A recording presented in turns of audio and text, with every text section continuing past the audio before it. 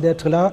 Vous êtes Madame Bijou Onmakanye. Alors, soldons un premier débat. Comment ça se prononce votre nom? Onmakanye. Onmakanye. Normalement. Alors, Bijou Onmakanye, vous êtes candidate à l'élection présidentielle d'octobre 2020. Si rien ne change, si les dates ne changent pas. Merci, bonjour, merci, bienvenue. Merci beaucoup. C'est un honneur pour moi d'être parmi des grands hommes de tous bords, politiques. C'est un honneur pour moi et merci de m'avoir invité. Merci. Merci beaucoup. L'honneur est pour nous, madame. Merci. Merci. Votre intention de candidater pour l'élection présidentielle, ça peut être quoi votre motivation? Alors, tout d'abord, je voulais dire à la nation camerounaise, au peuple camerounais, que je serai la présidente qui apportera la paix et la prospérité dans notre pays. Nous parlons de l'unité nationale. Moi, j'ai dit que l'unité nationale, déjà, ça ne se crée pas, ça se construit. Vous allez avoir l'occasion de le dire. De le dire. Je voulais aborder directement ce sujet, mais je suis là, j'apporte, bien sûr, j'apporte mon expertise parce que j'ai quand même eu l'occasion de diriger quelques entreprises. Là, vous parlez de vos atouts. Oui, de mes atouts, voilà. En quelques mots, oui.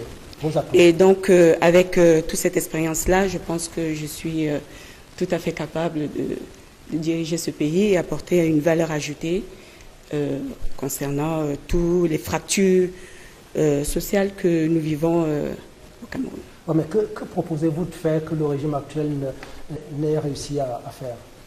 Alors, déjà, je propose d'améliorer la situation des Camerounais. Je propose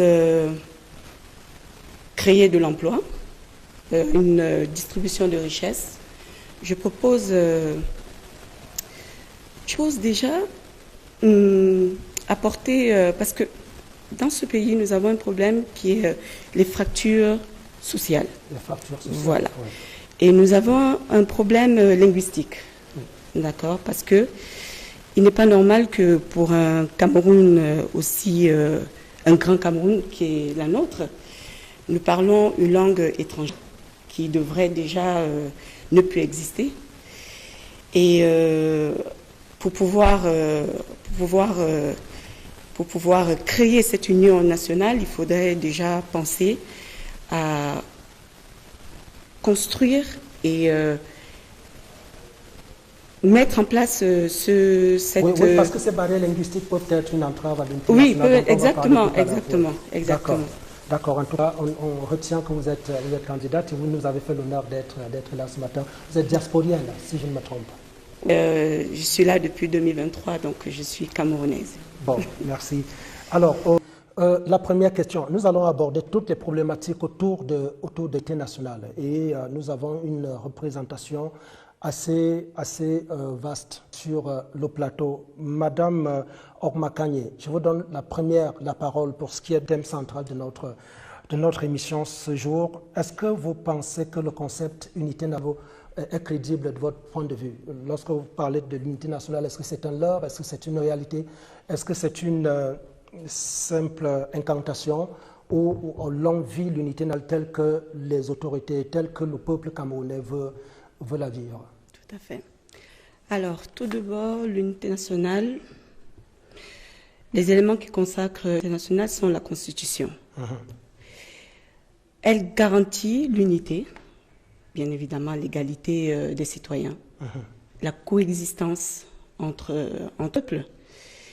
Et nous avons bien évidemment la diversité culturelle, puisque le Cameroun est une mosaïque de peuples. Et de culture. Et de culture, bien évidemment linguistique. Et nous pensons aussi qu'au Cameroun, nous avons déjà le respect mutuel qui permet cette coexistence harmonieuse et culturelle. Nous avons ce qui incarne également l'unité nationale, c'est les symboles, qui est l'hymne national, notre drapeau, et bien évidemment le 20 mai qui représente la date même de cette unité qui a été bien évidemment écrite en 1961. Oui, bien sûr. D'accord. Exactement, le référendum, exactement. Que ces symboles-là sont les éléments fédérateurs. Ce sont des éléments qui rassemblent l'unité, qui rassemblent le peuple. Qui consacrent l'unité nationale. L'unité nationale. Alors, dans les faits, oui. Dans les faits, est-ce que vous pensez que cela se vit? Les communautés vivent cela, le peuple non. Du nord au sud, de l'ouest à l'ouest vit dans l'unité nationale telle que vous percevez des choses sur le terrain? Alors, il ne suffit pas seulement de hisser le drapeau et de chanter le national. Il faut être unis. Il faut écouter. Il faut réparer. Il faut reconnaître les torts. Et accepter l'histoire de nation. Et accepter que cette histoire-là représente des blessures, le silence et bien évidemment la résistance et l'exploit. On ne bâtit pas une nation en niant ses fractures, comme je l'ai dit tout à l'heure quand vous m'avez... Parce qu'il y en a beaucoup. Ah, il y en a beaucoup. Pour vous. Il y en a beaucoup. Elles sont de quelle nature ces fractures-là?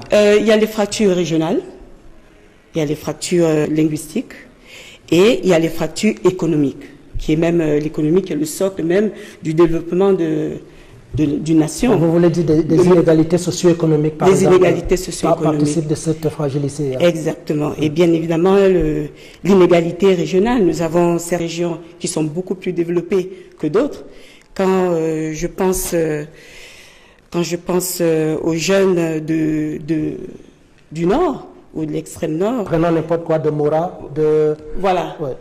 Qui a du mal à s'en sortir. Je pense que dans cette inégalité, il manque des dispensaires de proximité pour le petit, la grand-mère ou le grand-père, l'enfant, qui peuvent recevoir les premiers soins en cas d'accident. Tout cela doit être considéré. Et bien évidemment, nous savons ce problème linguistique qui nous sépare énormément. Parce qu'un pays avec autant de langues et un pays sans une identité... Avec deux langues officielles. Oui, qui n'est pas la nôtre. Étrangère. Moi, j'appelle ça la langue du colonisateur. Donc, nous devons revoir tout ça et nous améliorer. D'accord. D'accord, madame. Bijou Ormakagne, Dieudonné prend une belle image. Je ne sais pas si elle est pertinente ou pas, vous me direz. Lorsque vous ne pouvez être en instance de divorce et célébrer l'union. Voilà ce que Dieudonné Somba nous dit. Est-ce que c'est pertinent et est-ce que vous croyez que la fête nationale de l'unité devrait être repensée aujourd'hui avec les situations que l'on vit dans les régions dites, dans les régions du nord-ouest et du sud-ouest? Je pense que nous avons un manque de dialogue sincère. Il faudrait donner la parole aux acteurs, il faudrait donner la parole aux composants de la nation, les écouter. Manque de dialogue sincère. Manque de dialogue sincère. Vous pensez que l'on vit dans l'hypocrisie? On vit dans complètement. La fête nationale, par exemple, pour moi, c'est de la fanfarde. C'est quoi? Carrément. Fanfarde. Ah, je n'ai pas compris. La fanfaronnade, elle veut dire. Ah, la fanfare, d'accord. Parce que... C'est très parisien, ça, comme sémantique, j'aime bien.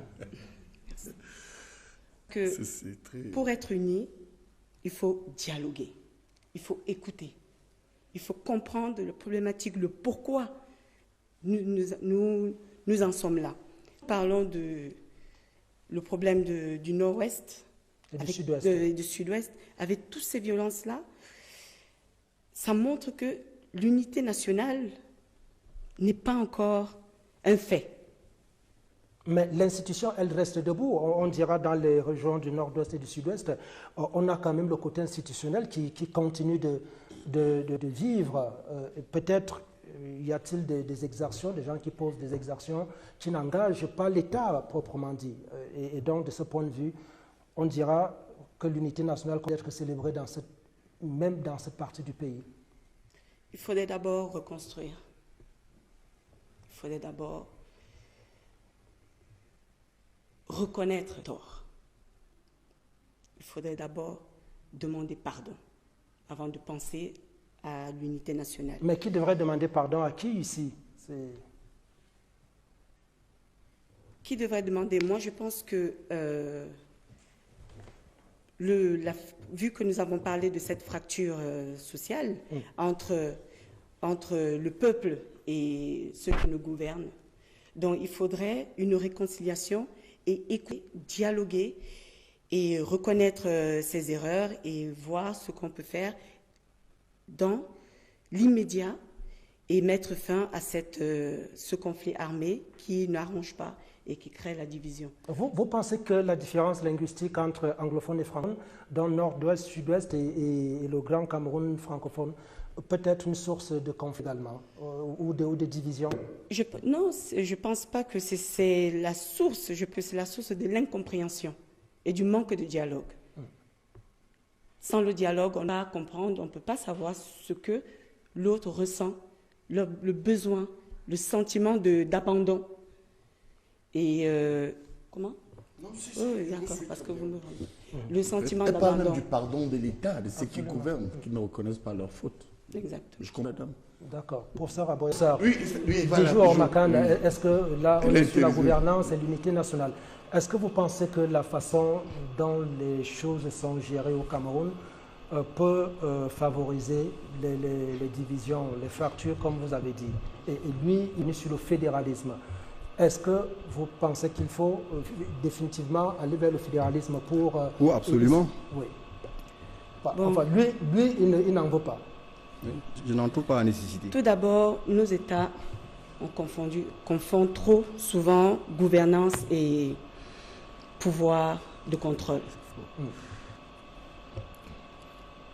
Ils ont oublié de gouverner. Ils ont oublié de servir. Nous avons les faits factuels qui est là. On sait très bien que la gouvernance, elle est catastrophique. Elle est catastrophique. Catastrophique. Parlons un peu de la santé. Nos médecins, nos infirmiers, ils vivent des situations complètement catastrophiques. Parlons de nos magistrats. Je suis au courant de tout ce qui se passe. C'est une situation inadmissible. Parlons de le SMIC camerounais. Un grand pays comme le Cameroun, notre SMIC est 40, si je me trompe pas, 42 000. C'est passé de 36 000 à 42 000. Mon Dieu. C'est catastrophique. Ça, c'est des pesanteurs à l'unité nationale. Oui, ce sont des pesanteurs très graves. C'est très grave. C'est La jeunesse, pour un pays elle pétrolier. souffre. Le chômage ne fait qu'augmenter de manière exponentielle. Et ce n'est pas possible. Il y a la délinquance, l'alcoolisme, la prostitution après. Bon, vous avez fini ma phrase. Je vous remercie. Vous savez que Nous moi, avons- j'aime beaucoup les femmes. Et je suis pour les femmes. Je suis un fan de femmes, hein, madame, je vous avoue ça. Mais heureusement que vous êtes un moi, fan je- de femmes. Ça serait, c'est quel le parti contraire politique? m'aurait... Et je vous avoue que m'aurait je suis choqué. très séduit par votre style, qui est très bon. Non, mais c'est vrai. Allez-y, madame, ne vous laissez distraire par Non, le professeur. rassurez-vous, je ne suis pas distraite. Quel parti politique là? Alors, nous avons tous ces éléments-là qui sont très, très graves. Tout à fait. Sont très, très graves. Nous avons les routes. L'urbanisation camerounaise, elle est catastrophique. Nous n'avons pas des passages piétons. Le Camerounais vit constamment dans le danger. Et est-ce qu'il y a un lien, un rapport avec l'unité nationale? Bien sûr, c'est la Vous- mauvaise vous- C'est la mauvaise, on parle de la mauvaise Il n'y a pas de gouvernance. passage Parce cloutier, que- vous pouvez vous tuer à tout moment quand Merci. vous traversez la route. Je vous ai dit que moi, Il y a j'aimais bien beaucoup de facteurs, accompagner il y a les femmes. beaucoup de facteurs qui nuisent à l'unité nationale parce que les Camerounais sont mécontents. C'est ça. L'inclusion de la société civile et du peuple n'est pas reconnue. Le gouvernement, ceux qui gouvernent, doivent tenir compte de tout cela. Et nous avons aussi réhabiliter la décentralisation. Pas comme un mot, mais plutôt comme un vrai transfert de Dans compétences. l'effectivité, oui. Exactement, de compétences et de moyens. Ça, c'est- Nous devons inclure la jeunesse, pas comme des figurants. Là, vous êtes en campagne déjà. Je ne sais pas si on est toujours dans mon Non, oui, ça fait partie. Vous avez posé une question et je vous réponds. Bien sûr, bien sûr. Je suis pas contre. Je ne suis pas en campagne. Je dis montre les qu'il y a faits. des Oui, bien Je sûr. vous parle, je vous parle des faits, bien sûr. à l'unité. À l'unité. Ah, Oui. Et nous devons également ouvrir la politique aux femmes. Oui. Parce que nous avons... Il ne faut pas oublier que nous, les femmes, on parle du 8 mars. Vous me permettez, si je reviens, on parle du 8 Oui, mars. ça Ce n'est bien. pas notre 8 mars à nous, nous, africaines. Tout à fait, c'est très vrai. Il faut pas oublier ça. On a tendance à oublier qu'avant le 8 mars, qui est la date qui concerne les femmes européennes, pas les femmes africaines, nous étions des dirigeantes. Monsieur. On dirigeait des nations, on dirigeait des armées avant le 8 mars. Donc nous ne devons pas oublier que la femme est Il y avait des grandes reines en exactement une reine, je peux en citer. Donc il ne faut pas oublier que la femme est un élément important dans la société et dans l'espace politique. Elle De ne la devait pas construction être, elle ne nationale. devait pas être une façade. Elle devait être un élément important pour la Construction nationale. cohérence et la durabilité. Tout à fait. Donc, Moi, je suis c'est tout ce d'accord que j'ai à toujours dire. avec les femmes. Et bah, donc, c'est tout ce que j'ai à dire concernant cette gouvernance qui est vraiment une catastrophe. Il faut que on avance et on construit. Vous savez que j'aime bien, j'apprécie beaucoup les femmes. Et c'est bien d'avoir une femme qui Professeur, sort du mais lot. avoir un directeur de campagne professeur de sciences Non, politiques, non, mais bien évidemment, c'est pas possible. Quelqu'un qui veut remplacer mon père. Mais je suis séduit par madame. Très séduit.